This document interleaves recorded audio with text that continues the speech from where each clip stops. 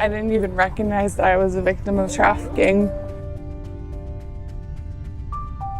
They usually go after them for money. Some kind of extortion happens. They're going to find the vulnerability that they can't exploit, and they will do it. All they look at people as is a commodity. It's a way to make money, and that's all they care about. It is essentially modern-day slavery. We're not victims. Yes, we was taken advantage of, but we survived.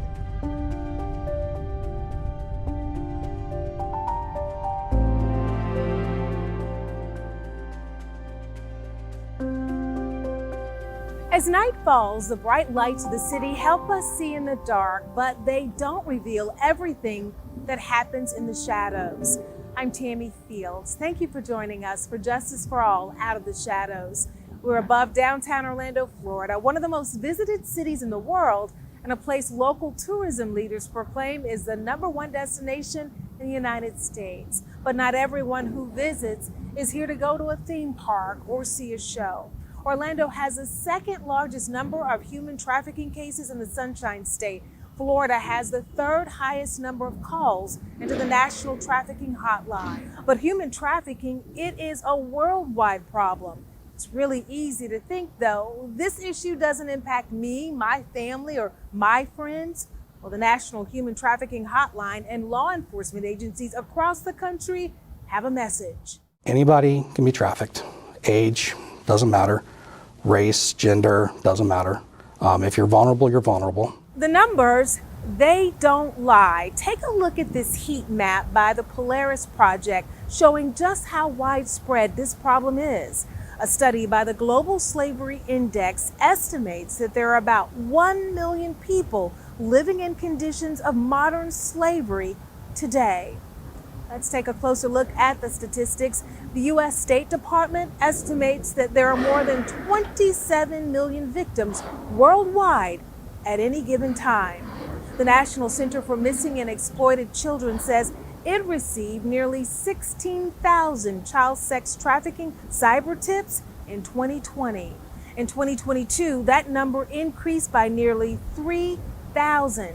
And since 2020, the number of tips for online enticement of children for sexual acts, well, it has more than doubled. There were 80,000 in 2022. Tonight, we are shining a light into the darkness. We're going to talk about solutions to this growing problem and empower you with the knowledge of what you can do to help. We'll also hear stories from survivors. We begin tonight with a student athlete. She was trafficked in college. She says she almost slipped through the cracks completely and is now fighting to ensure it doesn't happen to anyone else. Justice for All's Nicole Griffin has her story. In these tiny grains of sand, Olivia Littleton feels seen. It makes me feel not so alone, I think, when I can see myself among all of the other people that are impacted by this.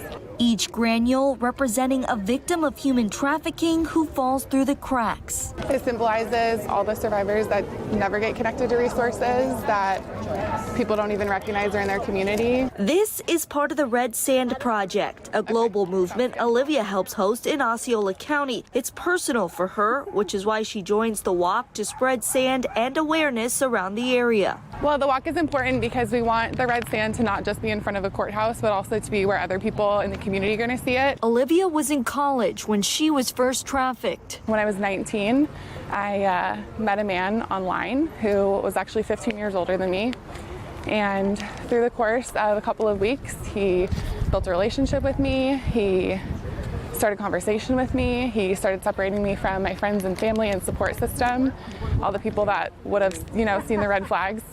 And then over the course of the next 2 years, that man eventually became my main abuser, my main trafficker.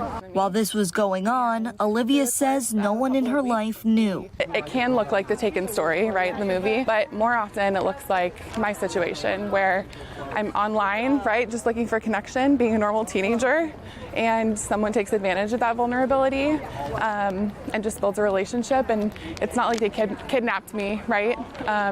But instead they They asked me for photos and videos, and we're pushing boundaries to get increasingly more explicit photos and videos. Eventually, the exploitation went from online to in person, but Olivia herself didn't recognize that she was being trafficked. She didn't look like a victim. Instead, she was a D1 athlete earning a degree, embarrassed and afraid to tell loved ones what was going on. I didn't look like the girls on the posters in the bathroom of trafficking that are like mascara running down their face, like chained somewhere, right? Once her trafficker was arrested for child pornography charges on a different case, she had the space to realize what was happening and get help. I feel like a whole different person. I really do. I feel like the victim that I was is not the same woman that I am today. Now, she spent the last 2.5 years pulling others just like her out of the cracks and into the light. Life does go on, that there are people that want to support you. There's people like me. There's all kinds of Olivias all over the place, right? All kinds of advocates that are ready to help you when you want help. We're here for you. One grain of sand at a time. It's the feeling of almost like a full circle moment. Yeah, like I'm one tiny little grain of sand with so many other survivors, so many other people that are here to support survivors, and that my story didn't end just as a victim. Nicole Griffin, Spectrum News. Olivia says she didn't pursue charges against her trafficker because she felt justice was already being served and she needed to focus on getting through her own healing. But what about the criminals who are getting away with this? What is law enforcement doing to stop it? And what can you do? Deal with it, we must. Our children's lives are at stake. We're going to talk about that part of the story when Justice for All Out of the Shadows continues after this quick break.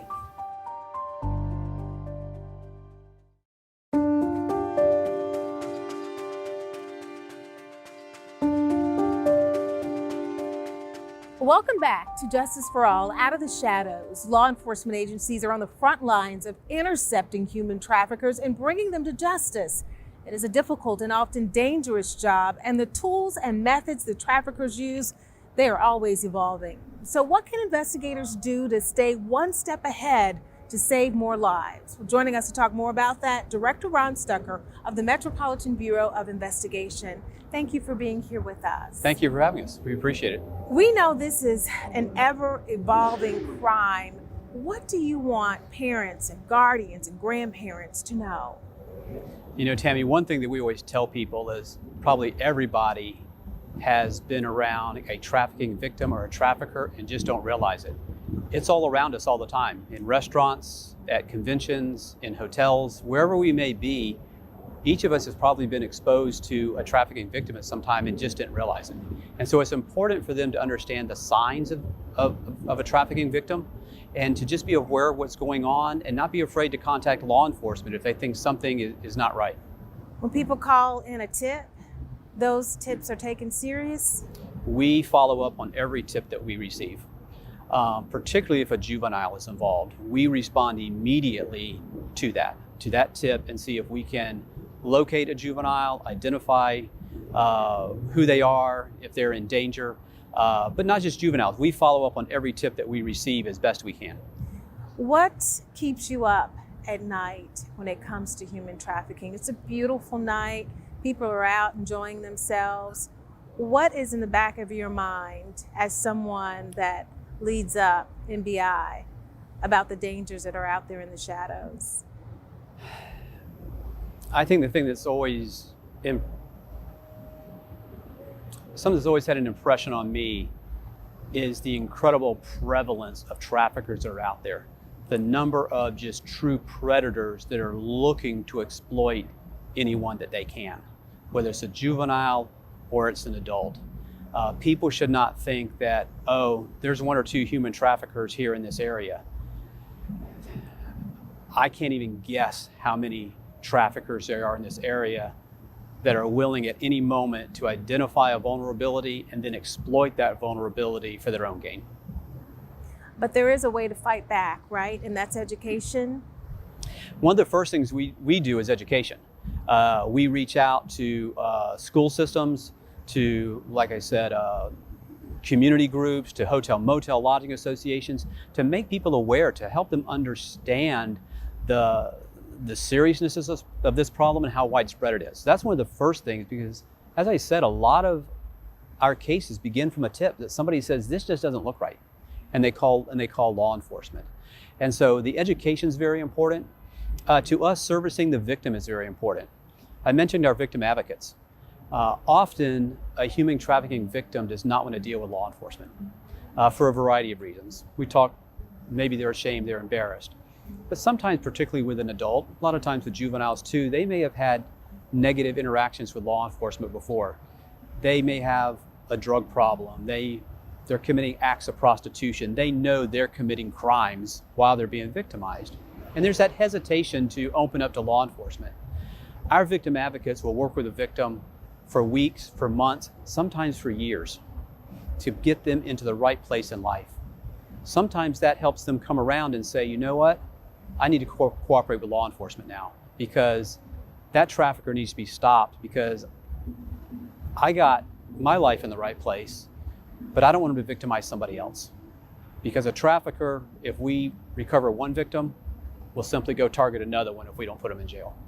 Wow, that's powerful. Thank you. You're Thank welcome. you, Director Stecker. Sure. We appreciate you talking to us. Absolutely, it was my pleasure. Thanks for doing this story. It's very important. Of course, thank you. According to the Department of Defense, 20% of human trafficking victims are children. Other trafficking experts argue that number may actually be much higher. So how in the world do you protect the children? Justice for All's Sandra Weathers introduces us to a woman who's using the strongest tool she has, education. So hey y'all. The amount of time it takes Jan Edwards to get these kids' attention. What we do is we actually go out and we educate kids about human trafficking and online exploitation. Is the same amount of time she says it takes for a predator to take advantage of them. It takes less than 17 minutes for an online predator to entice a child to send an inappropriate picture. It's a warning so important, Jan wishes she could put it on a projector screen and show it to every parent and every child. How many of you have interacted with someone you don't know, it's okay, online, in a video game, on a social media, have met someone that you just, they're like, hey, and you're like, hey, back. For now. Yeah, we all have. I get them, right? I get, hey, beautiful. You're like, whatever. She's starting with groups like this one at a Boys and Girls Club in Orlando. Now imagine I'm 10 or 11, right? My mom just yelled at me. I just got a bad grade. Maybe my best friend just said something that made me mad. I feel like over here I need some sort of validation, and here's this semi-good looking guy that says, you're right, I'm the right man for you. Jan's organization, called Paving the Way Foundation, educates children and adults about the dangers of human trafficking. We are out to disrupt the cycle of child trafficking and online exploitation. We do that through educational programs. We go out into the community and talk to fifth graders, middle school, freshmen and seniors in high school, and their parents, and really, quite frankly, anyone that surrounds them. She says their target age is typically children between 10 to 13 years old. They'll start with, oh, I play soccer too. Oh, you like Roblox? I like Roblox too. You play GTA? I do too. But predators can target anyone. It's not an age thing. It's not a demographic thing, which is age. It's not socioeconomics, has nothing to do with finances, and has nothing to do with where you live.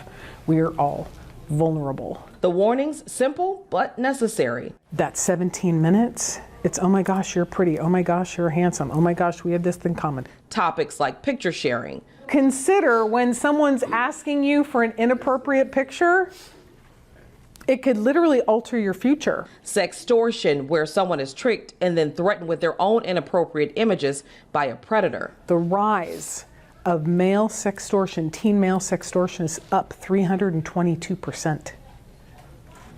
322%, because these people overseas know our boys won't talk.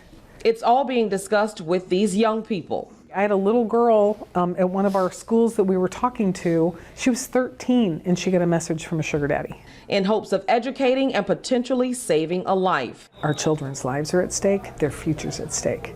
And if we don't start to have these uncomfortable conversations with our children, we're going to see the continued growth of the epidemic of suicides, of self-harm, of alcohol use, and of drug use. Unless programs like this can disrupt those 17 minutes. Thank you, you guys. You guys were awesome. Yes. And we're complete. Jan says it's not uncommon for a child in one of her courses to pull her to the side and tell her that based on what they just learned, they're currently being groomed online and had no idea. So it shows the education can be effective. The goal now is to get the information out to as many people as possible. Sandra Weathers, Spectrum News. Sandra mentioned 17 minutes. Researchers found that's enough time for an online stranger to entice a child to send an inappropriate picture. You've now been watching this program for more than that amount of time. We did mention that parents will have to have some uncomfortable conversations, but how early is too early to have them? You give a child a cell phone, it's like giving them the keys to your car and saying, be safe. It's not safe to give a 12-year-old, a 9-year-old, keys to your car. We'll show you the work that's already being done in schools to reach not just kids, but parents and teachers too. Justice for All, Out of the Shadows continues after the break.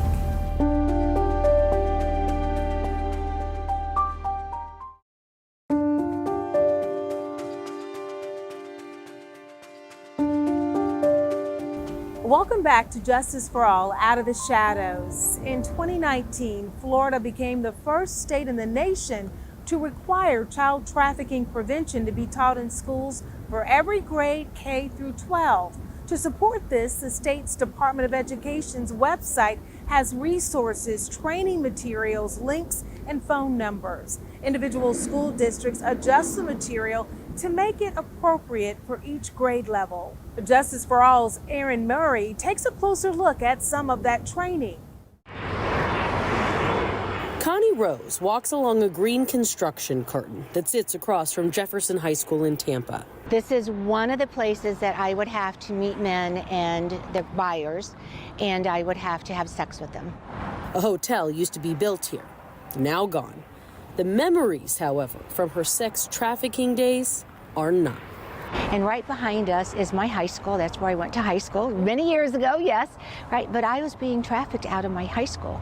Now, here's what I want to say about that before some of you go, oh, look what's going on in the high schools, right? It is happening. However, my trafficker was also my father. Rose was sexually trafficked in the early 1970s. As you heard, her father was her main abuser and trafficker. At 5 years old, I was in pornography, so it's being exploited and being sexually abused. From 2 to 19 years old, in fact, Rose says she experienced this abuse and exploitation. Here I do have clothes, but you can see the pictures are provocative. What he would do is he would have me pose in certain ways with my clothes on, and then I would have to do that same pose with my clothes off.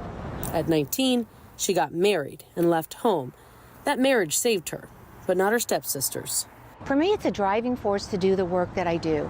I have been working in the field since 1988 when my father was arrested for my stepsisters for being a pedophile. Rose, in time, decided to dedicate her life to making sure this didn't happen to other young girls. It's about you are an object, you are a commodity, and that you can make someone else money. I think we're going to... For more than 40 years now, she has spread awareness, spearheading the organization Victims to Survivors US. Here's the thing about human trafficking. Human trafficking doesn't care who you are. We are seeing in the schools that sometimes it is peer-to-peer. So it could be that the trafficker and the victim are very close in age. This is Hillsborough County School District's Human Trafficking Committee, and it really focuses on student safety online. In the crowd, just a sprinkling of parents listen, including Rachel Crescentini and her 11-year-old son, Rocco. This is the reality we're living in now. I want him to feel comfortable in talking about these topics to me. I don't want him to hide anything from me. I don't want him to feel that he has to be secretive or ashamed. Like almost every kid today, the internet, phones, online games, those are part of his world. And a common place traffickers begin to prey on their victims. It is why this panel shares warning signs and resources. You know, he has so many friends online, but to me that's dangerous. There's nothing more important than your children's safety, and this is how people are getting to our kids nowadays. Tonight was a good check-in for Rachel. Rocco was able to share how he knew a bit already about human trafficking and what it was. And I was shocked.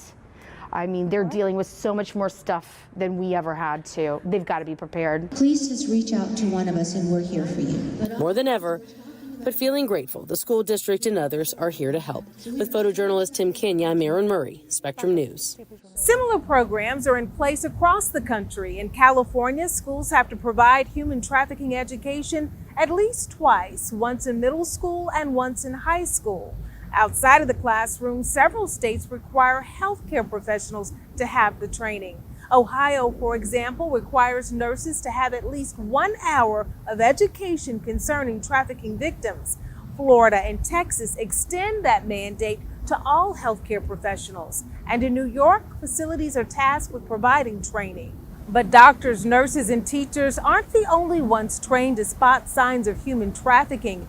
Coming up, we'll talk about steps both small businesses and big entities are taking and what you can also do to help. But first, all they look at people as is a commodity.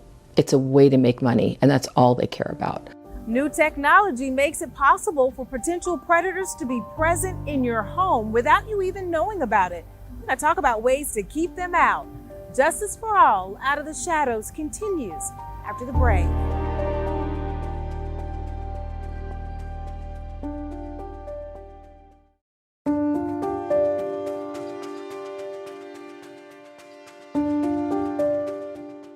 When you were little, did your parents tell you to watch out for strangers on the street? Stranger danger you likely heard them warn about?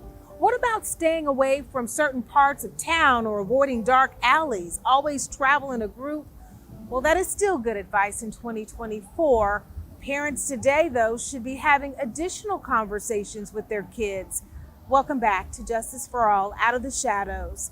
Today, there are more ways than ever for predators to reach potential victims. The National Center for Missing and Exploited Children Cyber Tip Line is a centralized reporting system for online crimes targeting kids. Nearly all reports come from electronic service providers or web businesses.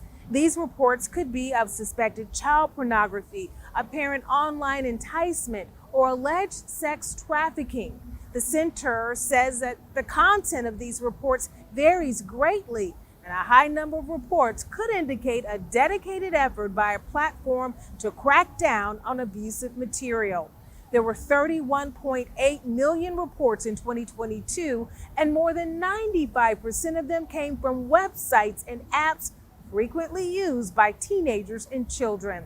I want you to take a closer look at this list. 2/3 of all reports were filed by Facebook, 21 million, followed by 5 million from Instagram, 2.1 million from Google, 1 million from WhatsApp, 500,000 from Snapchat, nearly 300,000 from TikTok, and 169,000 from Discord.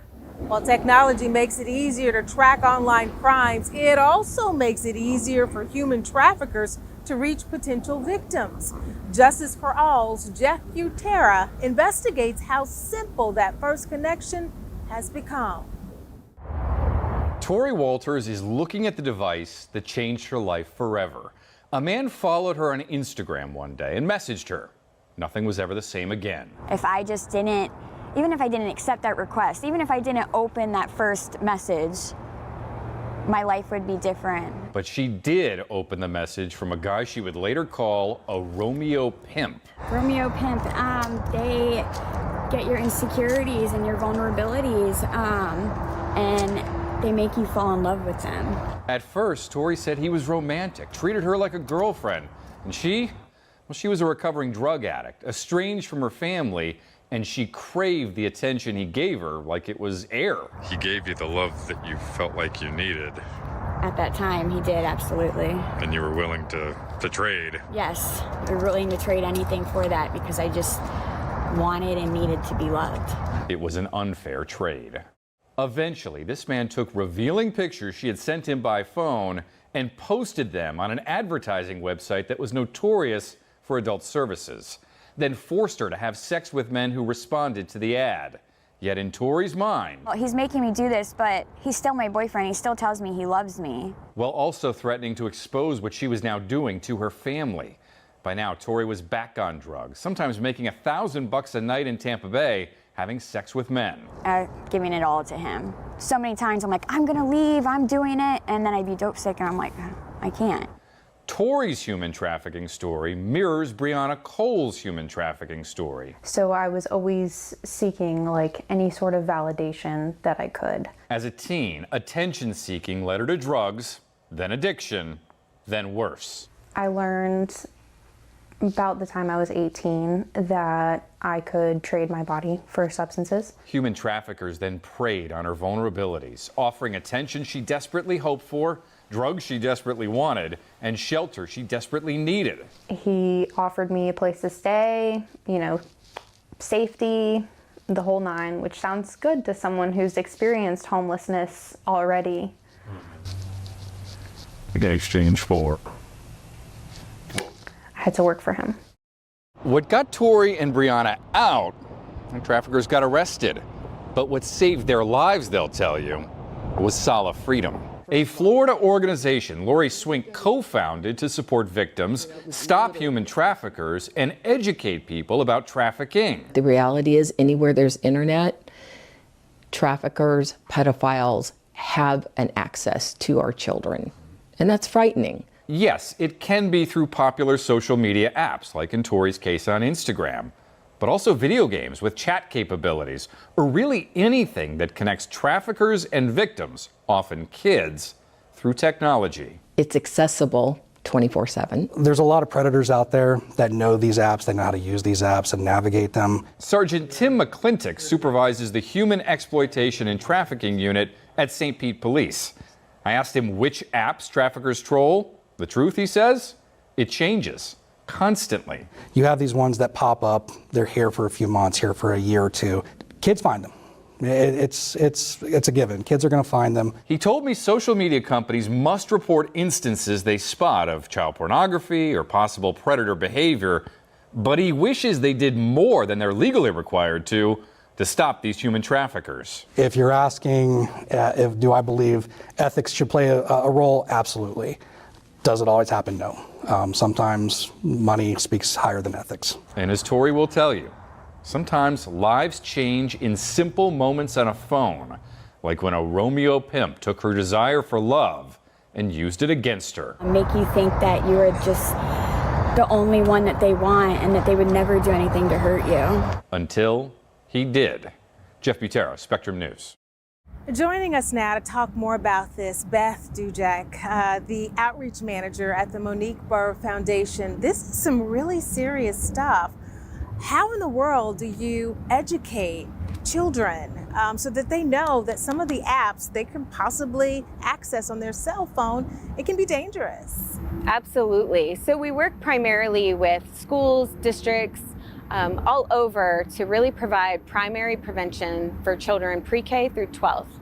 We wholeheartedly believe it's an adult's responsibility to keep a child safe, but there are things kids can do to help us.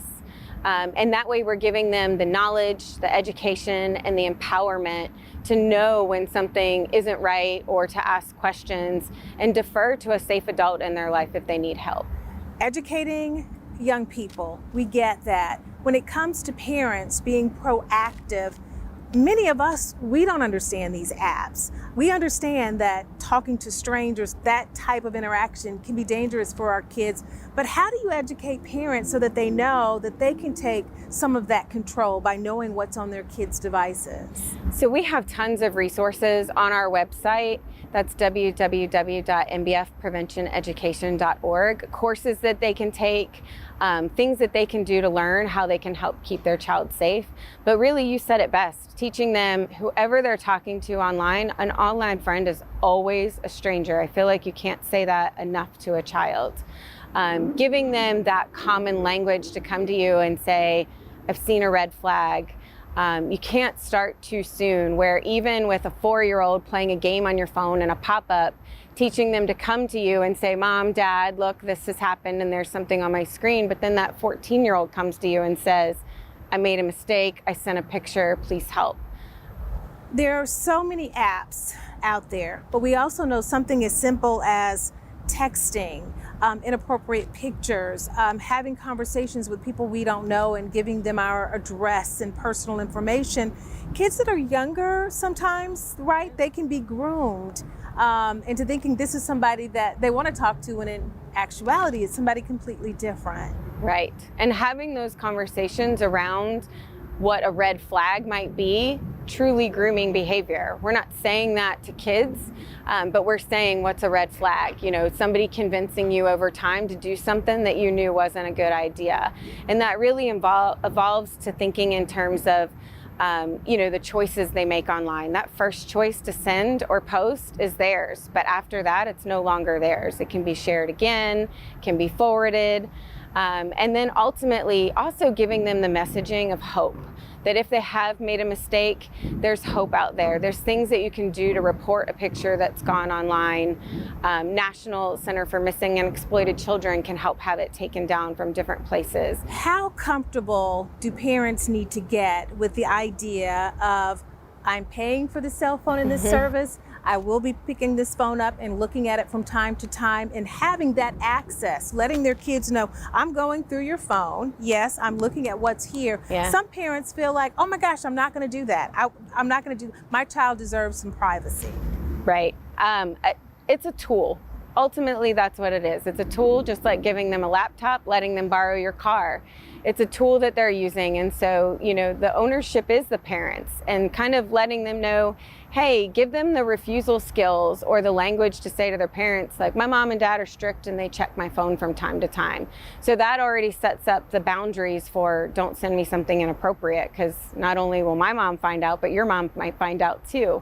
Do you think that young people understand that someone that's reaching out to talk to them on their cell phone or their tablet, through social media, through apps, sometimes they see a photo and that person looks like someone that's their age? Do you think that they realize that it can be someone that really is out to harm them? Absolutely not. No way. And I have facilitated our programs in schools for years, and they're so literal, they can't even begin to understand why somebody would pretend to be somebody that's their same age, whether it's 11, 12. And that's why teaching them those tips and tricks to how they try to get you into a one-on-one conversation. They don't communicate just in the gaming platform. They're always trying to get your personal information and learn something about you, where you go to school, where you live, are you ever left home alone? All of those are red flag type of questions. There was one really important statistic I wanted you to share with us, and that was about how some of the numbers have gone up since the COVID pandemic. Tell us a little bit about that. Sure. We are seeing a huge shift in the online enticement of males. 93% of males are being enticed online. So when they no longer had the avenue to socialize with their friends, they turn to online avenues. And so what they will generally do is kind of weaponize them with shame. They usually go after them for money. Some kind of extortion happens, but they have immediate access to all their friends, family, peers, where they go to school. So kind of being on the lookout for that. And again, if something like that happens, having that resource in the safe adult, a parent to say, what do I do? Beth, thank you so much. Welcome. Thank you for having me, Tammie. Survivors of human trafficking often fight for years to escape cycles of abuse, but then they face new challenges. Being in a group home, being abused is not normal. They is supposed to protect you. Some are good, some are bad, but at the end of the day, they're supposed to protect you. What it takes for many of them to get their lives back. Justice for All, Out of the Shadows continues after the break.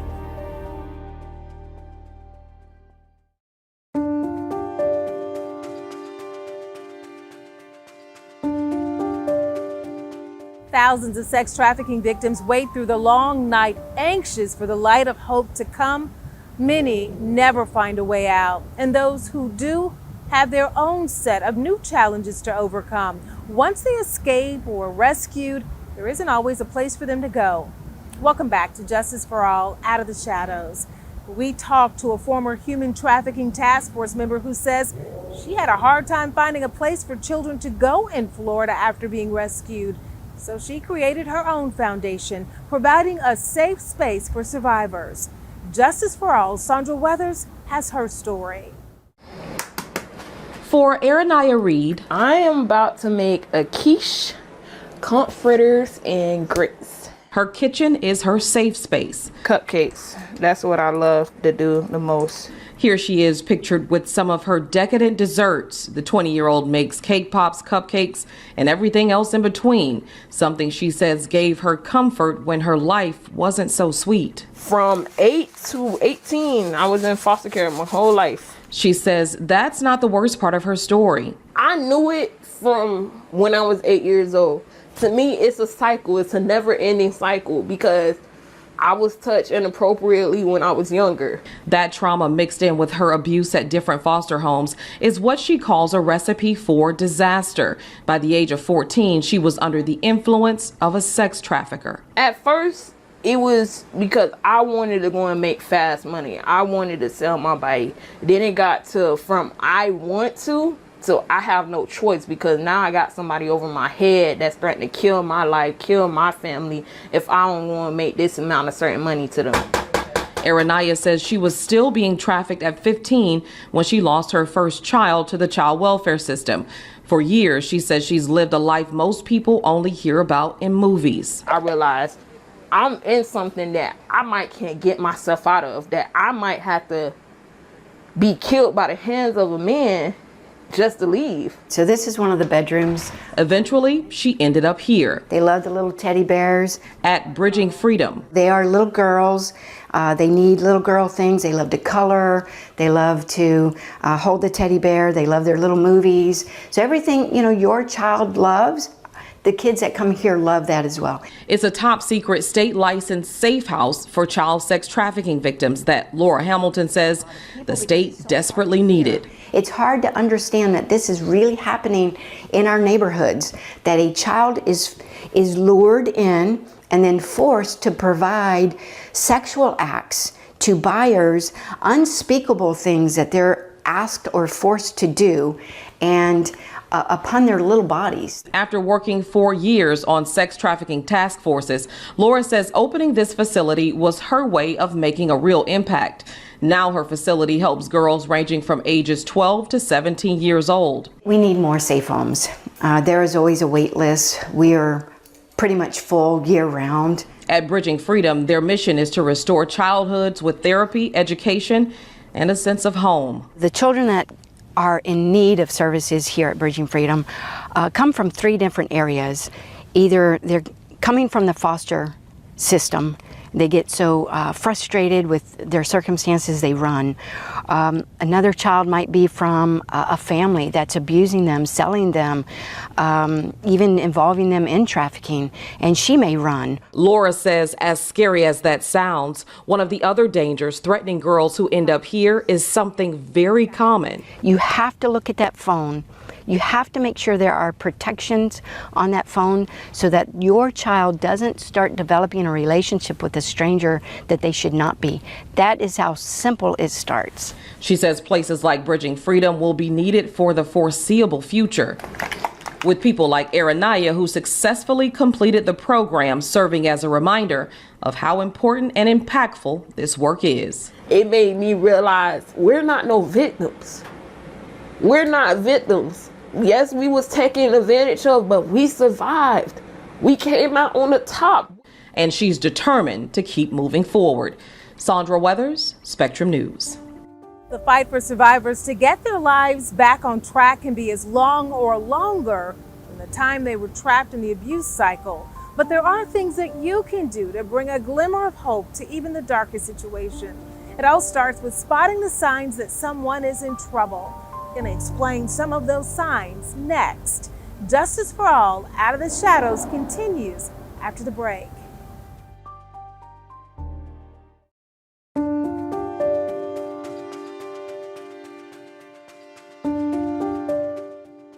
We've covered training programs, recovery resources, and technology awareness, but how can we work to prevent human trafficking altogether? It all starts with spotting the signs that it's happening. The State Department has some tips to identify victims. Are they not allowed to speak to anyone else alone? Do they live with their employer or live in poor conditions? Does the employer or person that they're traveling with hold their identity documents? Are there signs of physical abuse? Are they submissive or fearful? If you think you've identified someone in a trafficking situation, alert law enforcement immediately. Don't try to rescue them yourself. That can be very dangerous for both you and the victim. We don't ask them to try to discern the elements of a crime. We just want them to look at a situation and go, this isn't right, something's wrong here, and call local law enforcement. Human trafficking awareness training is a new trend in the private sector. Florida requires hotel and lodging businesses to give their employees approved training. In Texas and Ohio, hairstylists and cosmetologists, they're required to take courses on spotting human trafficking in their clients. The Truckers Against Trafficking organization, they're working to put the brakes on trafficking.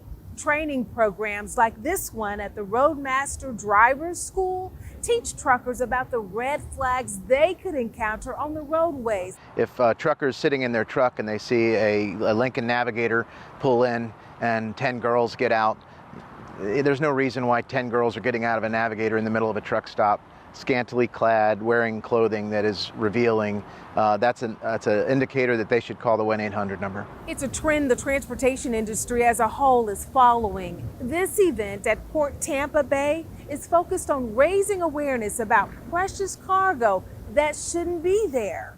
It's extremely important for all sectors in the maritime industry to be aware of human trafficking. It can be occurring in the cruise industry, but also fishing, cargo or shipping, really in any setting. So there are 4 main indicators of human trafficking. It's control, distress or injury, confusion, and behaviors that indicate sex buying. Awareness campaigns also want to put the ball in your court. You may not have formal training, but you can still spot the signs that something may not be right. Start by noticing these signs. You may have seen them before. More and more of them are posted at airports, bus stations, restaurants, and bars, especially in bathrooms. If you, someone you know, or someone you see appears to be in a human trafficking situation, the National Human Trafficking Hotline is there 24 hours a day, 7 days a week. The number is on your screen, 888-373-7888. You can also chat the hotline on their website, humantraffickinghotline.org. Thank you so much for joining us on Justice for All, Out of the Shadows. I'm Tammie Fields. We'll see you again next time for another Justice for All. Stay safe, everyone, and stay informed.